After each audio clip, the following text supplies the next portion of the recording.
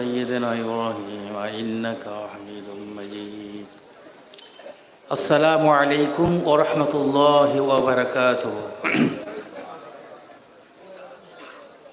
أعوذ بالله من الشيطان الرجيم. بسم الله الرحمن الرحيم. إن الله اشترى من المؤمنين أنفسهم وأموالهم بالجنة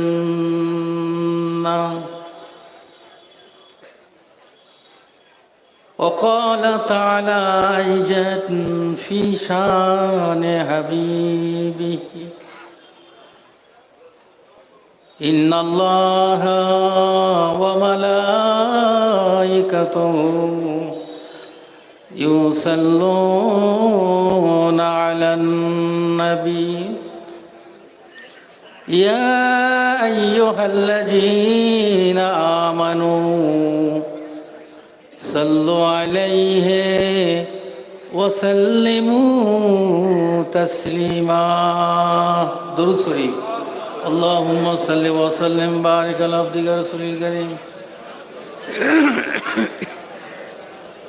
شفيع المذنبين سيدنا مولانا نبينا محمد وعلى آله وآل بيته وأولاده وذريته وأزواجه وصحابه وأوليائه أمتي أجمعين كما صليت وسلمت وباركت ورحمت على سيدنا إبراهيم وعلى آل سيدنا إبراهيم إنك حميد مجيد.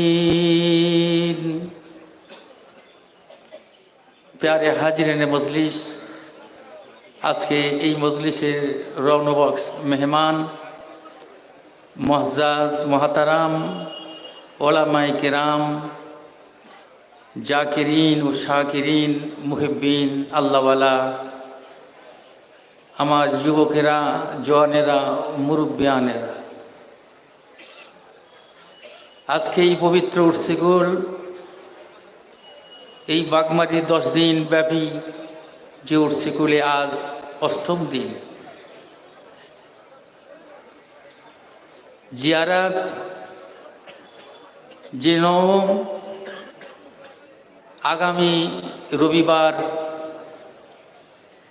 শেষ মজলিস। তো আজকে আমরা দূর দূরান্ত থেকে ছুটে এসেছি জিয়ারাতের উদ্দেশ্যে। একমাত্র আমাদের মকসদ হলো আল্লাহ পাওয়া, রাসূলকে পাওয়ার, কামেল ওলি আল্লাহকে পাওয়ার জন্য। অন্য কোনো উদ্দেশ্য আমাদের নেই। যে মজলিসে বয়ান করার সে ক্ষমতা সে যোগ্যতা আমাদের নেই। শুধু আল আমরু ফাওকাল আদব, শুধু হুকুম হয়েছে তাই দাঁড়িয়েছে। কেননা আল্লাহর রসুল বলেছেন, মান জালাসা আলিমা ফাকা আন্নামা জালাসানি ওমান জালাসানি কানা মাই ফিল জান্নাহ। আল্লাহর নবী বলেন, আল্লাহর রসুল জানালেন, সাহাবীরা রে, যারা নাকি আমি নবী রাসূলুল্লাহ আমার মজলিসে যারা বসবে, আমার মজলিসে যারা বসলো, ফাকান, আল্লাহর নবী বলেন,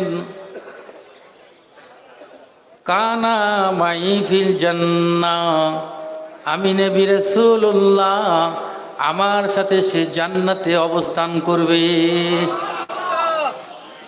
যে আমার নবী আমার মজলিসে যারা বসবে,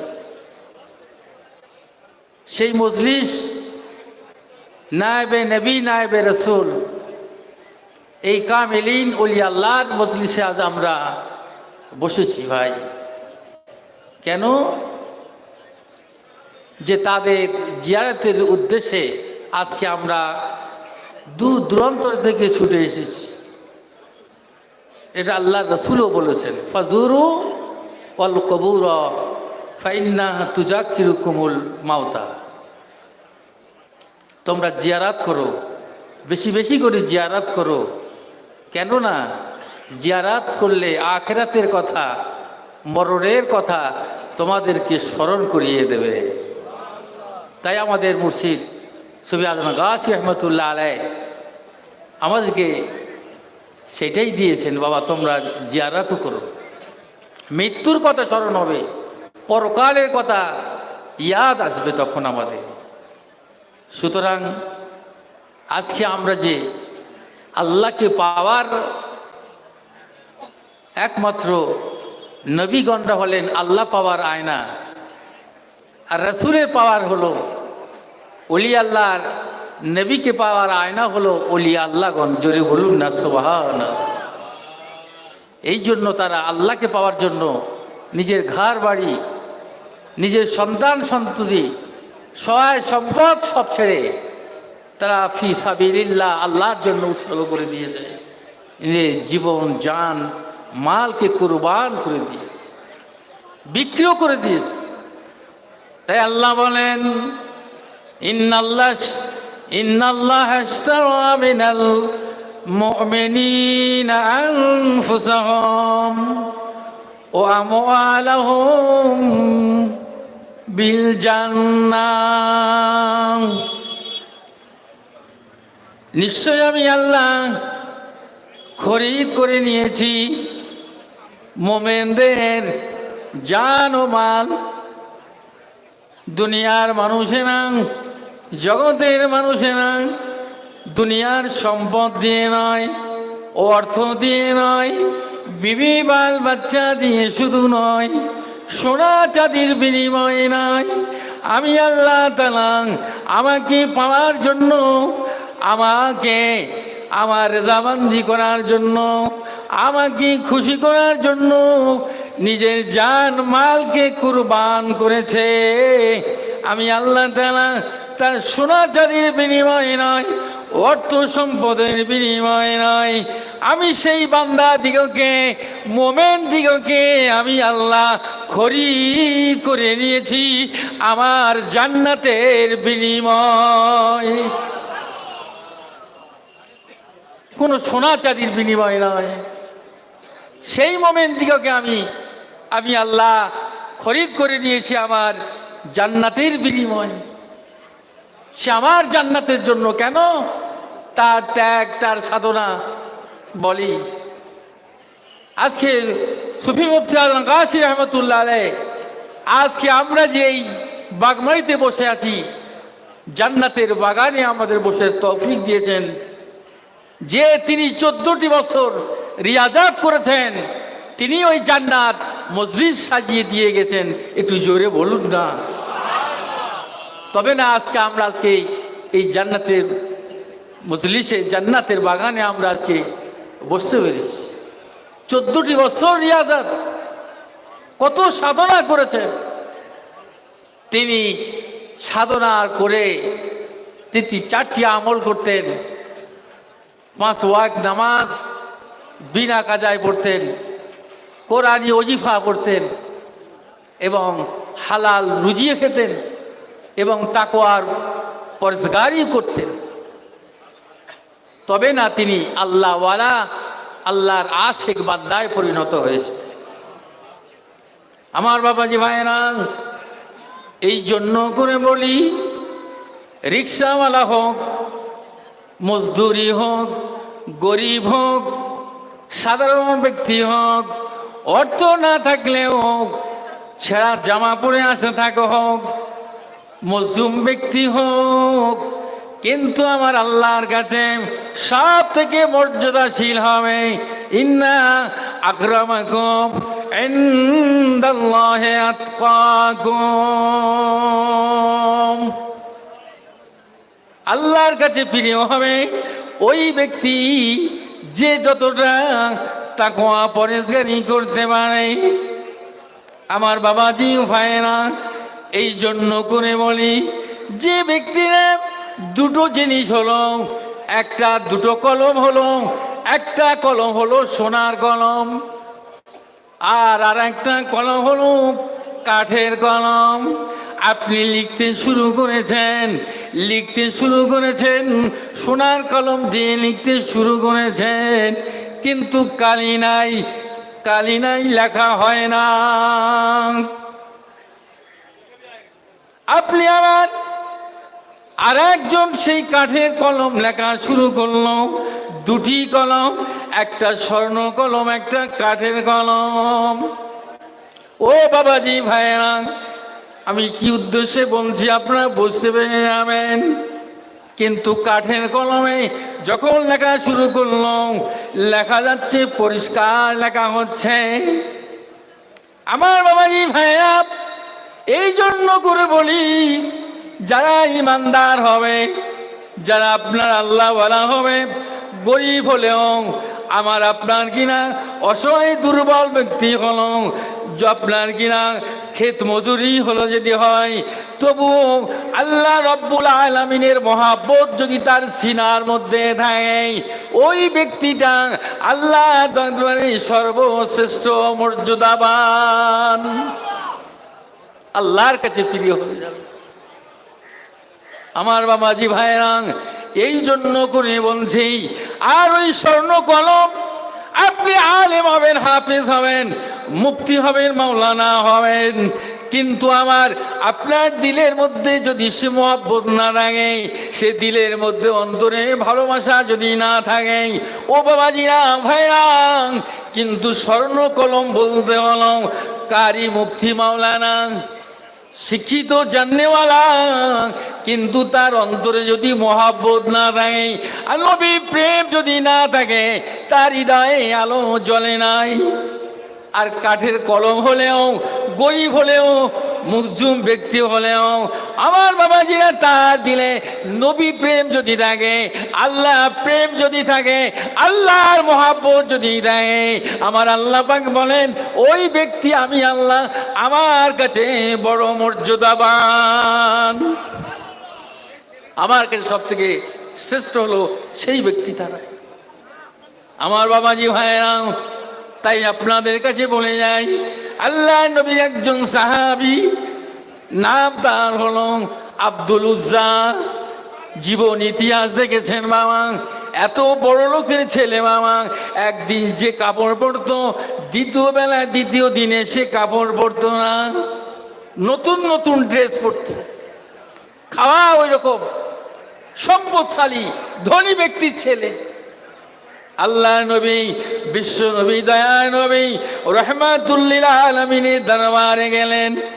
আল্লাহ নবীর পাক জবানের কথা শোনার সাথে সাথে আর স্থির থাকতে পারলেন না। গোপনে গোপনে হযরত আব্দুল উজ্জা কি করলো, সে কালেমা গ্রহণ করে নিলেন, কালেমা পড়ে মুসলমান হয়ে গেলেন। একটু চিৎকার মেরে বলুন সুবহান। তার কিন্তু বাবাও নেই, মা আছে, মা কিন্তু অন্য বিয়ে বসেছে, চাচা তাকে বিয়ে করেছে। এই খবর যখন ছড়াছড়ি হলো, জানতে পারলো, আব্দুল উজ্জা চাচা ওই সময় বলতে লাগলো, এ আব্দুল উজ্জা, শুনেছি নাকি তুই কালেমা পড়ে নিয়েছিস, কিন্তু তোকে আর এই সম্পদের ভাগ দেব না, তোকে তেজ্য পুত্র করে নেব, এই সম্পদ তোকে কিছুই দেব না, তুই যেহেতু কালেমা পড়ে নিয়েছিস। আব্দুল উজ্জা বলেন, চাচা ঠিক বলেছেন, আমি নূর নবী, বিশ্ব নবী রহমাতুল্লিল আলামিনের হাতে হাত দিয়ে আমি ইমানি কালেমা পড়ে নিয়েছি। জোরে হবে না? এ আব্দুল উজ্জা, তোর কোনো সম্পদ দেওয়া হবে না, টাকা পড়ি কিছুই পাবি না। এই না বলে চাচা বলতে লাগলো, তোর পরনের মুঙ্গিটা খুলে দিয়ে যা, হাতের ঘড়িটা খুলে দিয়ে যা, জামা যা আছে খুলে দিয়ে যা। কিন্তু না না, আল্লাহওয়ালা যারা হয়ে যায়, দুনিয়ার কিছুই চিন্তা করে না, একমাত্র আল্লাহর প্রেমে পাগল হয়ে গেল। তার পরনের লুঙ্গিটা খুলে নেওয়া হলো, হাতের ঘড়িটা কেড়ে নেওয়া হলো। বলো। আব্দুল উজ্জা শুধুমাত্র ঘরের দরজার সামনে দাঁড়িয়ে বলেছিল, মা মা আমার এই অবস্থা, আমার একটা কাপড়ের ব্যবস্থা করে দাও। মা দরজা খুলে ওই সময় দেখতে লাগলো উলঙ্গ অবস্থা, বেবস্ত্র অবস্থা। মা চোখে একটা হাতটা লাগিয়ে একটা চাদর, একটা রুমাল ছুঁড়ে দিয়ে দিল। আব্দুল উজ্জা ওই সময় বলে, মা আমার অপরাধ হলো, আমি ইসলাম গ্রহণ করেছি। আমার চাচা জামা খুলে নিয়েছে, আমার পরনে বস্ত্র খুলে নিয়েছে। মা চোখে হাতটা চোখে আড়াল করে দিয়ে আর আপনার কিনা একটা চাদর ছুঁড়ে দিল। ওই চাদরটা কোনো রকমে পড়ে, শীতের সময় টনটন টনটন টনটন শীত, কনকনে শীতে কনকনে ওই স্বপ্নের গভীর রাত্রে আল্লাহ নবীর হুজরা মোবারকের সামনে দাঁড়িয়ে বলতে লাগলো, আসসালাতু আসসালামু আলাইকা ইয়া রাসূলুল্লাহ। হুজুর গো, আজ রাত্রে অন্ধকারে আল্লাহ নবী বলেন কে আওয়াজ করে? আল্লাহ নবী দরজা খুলে দেখে আব্দুল উজ্জা দাঁড়িয়ে আছে। জোরে হবে। শীতের সময়, আহা, পরনের বস্ত্র নাই। যে আব্দুল উজ্জা, তোমার একই অবস্থা। ইয়া রাসূলুল্লাহ, হে ইয়া হাবিবাল্লাহ, হুজুর গো, আমার অপরাধ হলো, আমার ইসলাম গ্রহণ করেছি বলে আমার পরনের লুঙ্গি খুলে নিয়েছে, আমার জামা খুলে নিয়েছে, হাতের ঘড়ি পর্যন্ত খুলে নিয়েছে। হুজুর গো, এই শীতের রাতে ঠক ঠক ঠক ঠক করে কাঁদতে লাগলো। এই অবস্থা দেখে আমার বিশ্বনবী রাহমাতুল্লাহ আলাইহি তার চোখ দিয়ে টাস টাস টাস টাস করে পানি ঝরতে লাগলো। হে আব্দুল উজ্জা, আল্লাহ নবী আল্লাহর হাবিব দুটো চাদর দিলেন, চাদর একটা পড়লেন, একটা মাথা ডাকলেন, যাও আমার আহলে সুফার খাতায় তার নামটা লিখে দিলেন। জোরে হবে না? কি দিল তাদের ছিল, সব কিছু ছেড়ে দিয়েছে, তবে না তারা আল্লাহওয়ালা হতে পেরেছে। এবার তিনি আহলে মধ্যে রয়েছে, আল্লাহ নবী পরামর্শ করছে একটা জিহাদে হবে, জিহাদ কে কি দিতে পারবে না পারবে। আর আব্দুল উজ্জা খালি উসখুস করছে, হাঁটাচলা করছে চরুদিকে খালি। সাহাবীরা বলছে, আব্দুল উজ্জা, তুই পরনের বস্ত্র নেই, তুই তুই জিহাদে কি দিবি? তোর কোনো সম্পদ নাই, শুধু পরনের বস্ত্র ছাড়া তোর আর কিছুই নাই, তুই এত লাভালাভি করছিস কেন?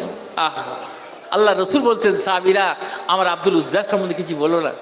তোমরা জানো ও যিনি দিনে একবার যে ড্রেস পরতো, পর দিনে সে ড্রেস আর পরতো না, অন্য নতুন নতুন। এত সম্পদশালী ব্যক্তি, সে ধনী ব্যক্তি, সে একমাত্র আল্লাহর প্রেমে, নবীর প্রেমে আর সব কিছু ছেড়ে দিয়ে আজকে নবীর কদমে পড়ে গিয়েছে। আহা, নবীর কদমে পড়ে গিয়েছে।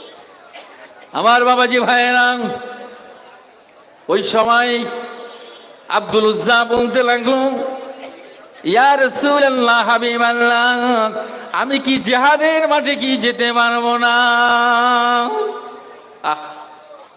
আল্লাহ নবী ওই সময় বলেছিল, বাবা আব্দুল উজ্জা রে, তবে শুনে নাও, জেনে রেখে দাও, আমি নবী রাসূলুল্লাহ বলে গেলাম, আমি নবী রাসূলুল্লাহ বলে গেলাম, শুনে নাও বাবা, তুমি জিহাদের মাঠে যাও আর না যাও, এ আব্দুল উজ্জা, তোর ঘরে যদি বিছানায় মত হয়ে যায়, আমি নবী রাসূলুল্লাহ বলে গেলাম, তুই জিহাদের মাঠে যাস আর না যাস, তোর যদি ঘরে বিছানার উপরে মৃত্যু হয়, তবে জেনে রেখে দিও, আল্লাহ পাক তোমার শহীদের সমান মর্যাদা দিবে। জোরে হবে না?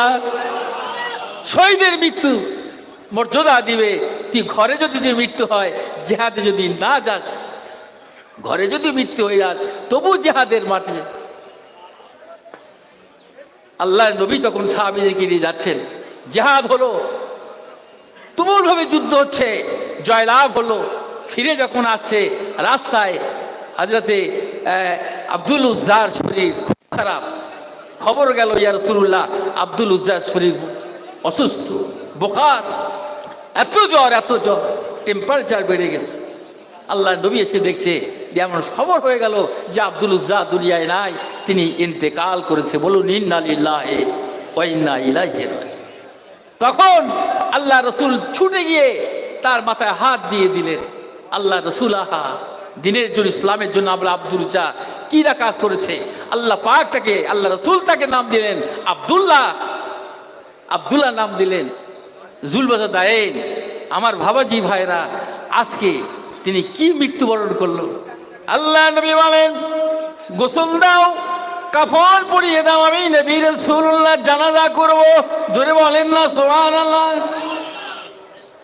এ সাহাবীরা, আব্দুল উজ্জাকে গোসল দাও, কাফন পরিয়ে দাও। সাহাবীদের মধ্যে হাজার হাজার সাহাবীরা সব দাঁড়ানো। ওই সময় বলতে লাগলো যে আমার সাহাবীরা রে, এ আবু বকর, এ উমর, তোমরা শোনো। আবু বকর তুমি মাথার দিকে থাকবে, আর ওমর তুমি পিছনে ধরবে। আমি নবী রাসূলুল্লাহ মাঝখানে, কবরের মাঝখানে নামবো। তিনজন ব্যক্তি নামবো, একজন মাথার দিকে, একজন পায়ের দিকে। আমি নবী রাসূলুল্লাহ মাঝখানে আমি নামবো। আমার আব্দুল্লাহকে আমি কবরস্থ করে দেব। একটু জোরে হবে না? ও বাবাজি ভাইরা, কি ইমান তাদের ছিল, কি বিশ্বাস ছিল। আজ ইসলামের জন্য তিনি জীবনকে শহীদ করে দিলেন। কিছুই আশা করলেন না। লাশ মোবারক যখন রাখা হচ্ছে, ওই সময় আল্লাহ রাসূল, আল্লাহ রব্বুল আলামিন আল্লাহর দরবারে দোয়া করতে লাগলো, ইয়া রাব্বি আল্লাহ, আজকে যাকে আসছি কবরস্থ করছি আল্লাহ, মাটি মঞ্জিল করছি আল্লাহ, ও আমার আল্লাহ, তোমার হাবিব রাহমাতুল আলামিন, যিনি খুশি, যিনি রাজি, আমি রাজি, আমি খুশি হয়ে গিয়েছি। ও আমার আল্লাহ, আমার আব্দুল্লাহ জুলবাজদাইনের প্রতি আল্লাহ তুমি রাজি হয়ে যাও। একটু জোরে হবে না সুবহান। যিনি দয়ার নবী রাহমাতুল লিল আলামিন কবরে নেমে দোয়া করছে আল্লাহর কাছে। সাদ বিন ওয়াক্কাস রাদিয়াল্লাহু তাআলা আনহু একটা চিৎকার মেরে আওয়াজ করে বলতে লেগেছে, ইয়া আব্দুল্লাহ রে, তুই কত সৌভাগ্যবান। আজ তোর প্রতি আল্লাহ রাজি, তোর প্রতি নবীও রাজি। আজ যদি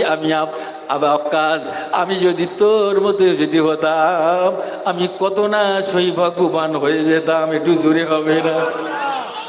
আমার বাবাজিরা ভাইয়েরা, আজকে এই জন্য বলছি, আল্লাহর জন্য, নবীর জন্য মহাব্বত, ভালোবাসা যদি অন্তরে থাকে না থাকে, কিছুই হবে না বাবা। স্বর্ণের লেখা শুধু হবে, কাঠের লেখা হলেও, গরিব হলেও, কিন্তু আমার তার মধ্যে কালি আছে, সেই লেখাটা হবে। এই জন্য আমার বাবাজিরা ভাইরা, আল্লাহ পাক দেশ ভিসা দেখে না, স্বাস্থ্য সম্পদ দেখে না, গাড়ি বাড়ি দেখে না, ইলম দেখে না। আল্লাহ রব্বুল আলামিন কেবলমাত্র অন্তরটা দেখে, তার নিয়তটা দেখে। একটু জোরে হবে না? বুঝতে পারলেন? নিয়ত দেখে আল্লাহ। এই জন্য আমাদের সেই নিয়তটা করে দিতে হবে যে আল্লাহর জন্য, রাসূলের জন্য যেন নিজের জীবনটা দেব। আল্লাহ, তাহলে আমরা আল্লাহকে পেয়ে যাব। জোরে হবে না? তাই আমার মুর্শিদ দিয়েছেন 4টি সবক, 5 ওয়াক্ত নামাজ এবং এই কোরআনী ওজিফা, হালাল রুজি, তাকওয়া, পরহেজগারি। এই 4টি আমল আমরা যদি জীবনে করতে পারি, ইনশাআল্লাহ তাআলা অবধারিত অবশ্যই অবশ্যই আল্লাহর প্রিয় বান্দায় পরিণত হয়ে যাবেন। আল্লাহ চায় আল্লাহ জান্নাত নসিব করে দিয়ে দিন। আল্লাহ আমাদের সকলকে 5 ওয়াক্ত নামাজ, এই ওজিফা, হালাল রুজি এবং তাকওয়া, পরহেজগারি করার আল্লাহ আমাদের সকলকে যেন তৌফিক দেন। সকল চিৎকার